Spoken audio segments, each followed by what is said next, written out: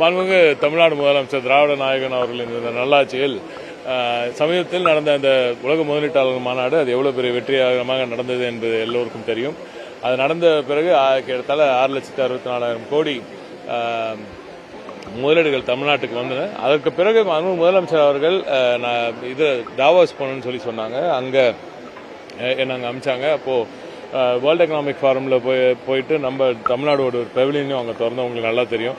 சரியாக பொங்கல் நேரத்துலேயே அது இருந்துச்சு. அதனால் அங்கே செல்ல வேண்டிய அந்த கட்டாயம் அன்று ஒரு 5 நாட்கள் நடந்த அந்த ஒரு 4 நாட்கள் நடந்த அந்த ஈவெண்ட்லலாம் இருக்கிறதுலே ஜாஸ்தி ஃபுட்ஃபால், அதாவது வருகை வந்து தமிழ்நாட்டின் அந்த பெவிலியனில் தான் இருந்துச்சு.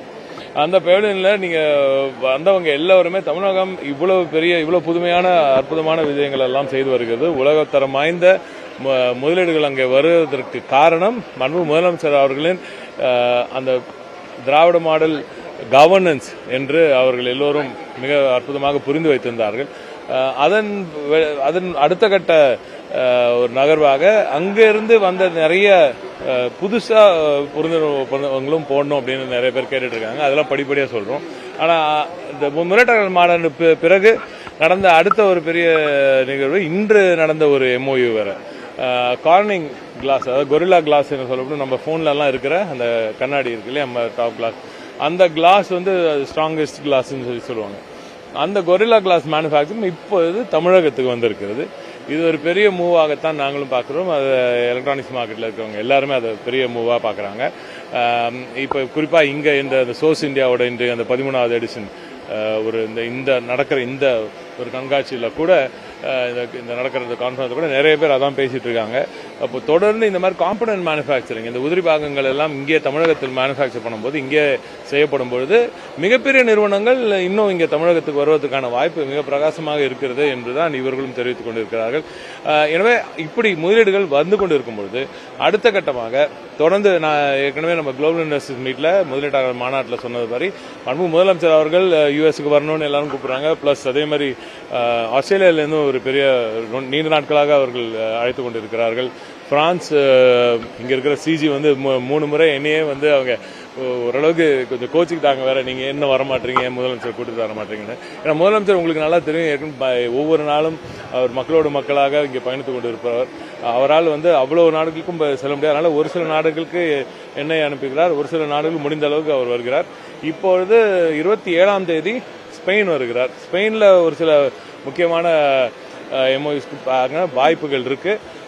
அது நாங்க போயிட்டு வந்து சொல்லணும். அதே போல இப்ப டாவோஸ்லயும் மெடிசின் சைடில், அது லைஃப் சயின்சஸ் சைடில் ஒரு மிகப்பெரிய ஒரு நகர்வு செய்துவிட்டு வந்திருக்கிறோம். உலகத்தில் ஒரு மிகப்பெரிய நிறுவனத்தின் தலைவரிடம் CEO கிட்டே பேசிட்டு வந்திருக்கோம். அவர்களின் சில அவங்களோட ரெப்ரசன்டேட்டிவ்ஸும் இங்க ஸ்பெயினுக்கு வருவதற்கான வாய்ப்புகள் இருக்கு. எனவே நல்ல விஷயங்கள் நடக்கும் என்று நம்புகிறோம்.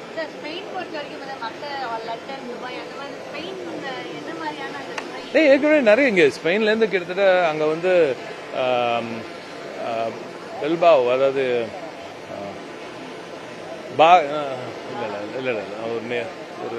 ஒரு பகுதி, அங்க அந்த பகுதியில் சார்ந்த ஸ்பெயின்ல ஒரு பகுதி பாஸ்க் ரீஜன்ல இருந்து நிறைய இண்டஸ்ட்ரீஸ் வந்து இங்க தமிழ்நாட்டில் ஏற்கனவே இருக்காங்க. அவங்களும் இருக்காங்க. பிளஸ் அங்க நீண்ட காலமாக அங்க வரணும்னு சொல்லி கேட்டுட்டு இருக்காங்க. அதுல குறிப்பா இப்போ ரோக்கா மாதிரி இந்த மேனுஃபேக்சரிங் எல்லாம் இங்கே ஏற்கனவே இருக்காங்க. அதை தாண்டி இன்னும் 2-3 நிறுவனங்களும் இங்க இருக்கு. பட் நிறைய அங்கெல்லாம் வந்து எப்படின்னா ஃபேமிலி ஓன்ட் பிசினஸ் சொல்லுவாங்க. அவங்க மிகப்பெரிய லெவலில் இருக்காங்க. அவங்களாம் இங்க வரணும்னு சொல்லி கேட்டுட்டு இருக்காங்க. முதலமைச்சர் அவர்களோட நேரத்தை கேட்டிருக்காங்க. அங்கேயுமே டைட்டா இருக்கு எங்களுக்கு, மாறி மாறி ஒரு சில டைட்ஸ். ஏன்னா அவங்க டைமும் நம்ம டைமும் செட் ஆகிறதுக்காக ஒரு சில நாட்கள் கொடுத்திருக்காங்க முதலமைச்சர் அவர்கள். அது தொடர்ந்து அங்க மீட்டிங் நடக்கும்.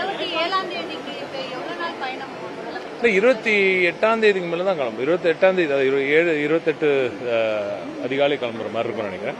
போயிட்டு ஒரு வாரத்துக்கு எதுங்க. ஆமா, எலக்ட்ரானிக் மேனுஃபேக்சரில் சென்ற ஆண்டு 5.37 பில்லியன் பண்ணோம். இப்ப இந்த ஆண்டு வெறும் டிசம்பர்லயே 6.6 பில்லியன் பண்ணிருக்கோம். எனக்கு தெரிஞ்சு 8 பில்லியன் நிச்சயமா கிராஸ் பண்ணிடுவோம்.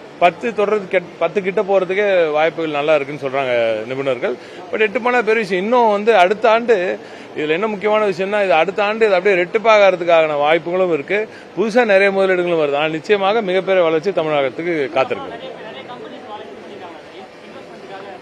அது சொல்லிடுறேன். இப்போ நிறைய பேர் வந்திருக்காங்க.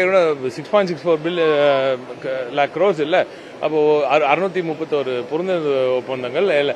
அதில் எல்லாம் சும்மா ஏனோதான் போட்ட எம்ஓ எல்லாம் கிடையாது. கவனித்து எவ்வளோ முடியுமோ மேக்சிமம் கன்வர்ஷன் ரேட் இருக்கணும்னு யோசித்து சிந்தித்து செயல்பட்ட ஒரு முதலீட்டாளர் மாநாடு. இன்னும் நிச்சயம் நல்ல ஒரு அவுட்கம் இருக்கும். அது தேங்க்யூ.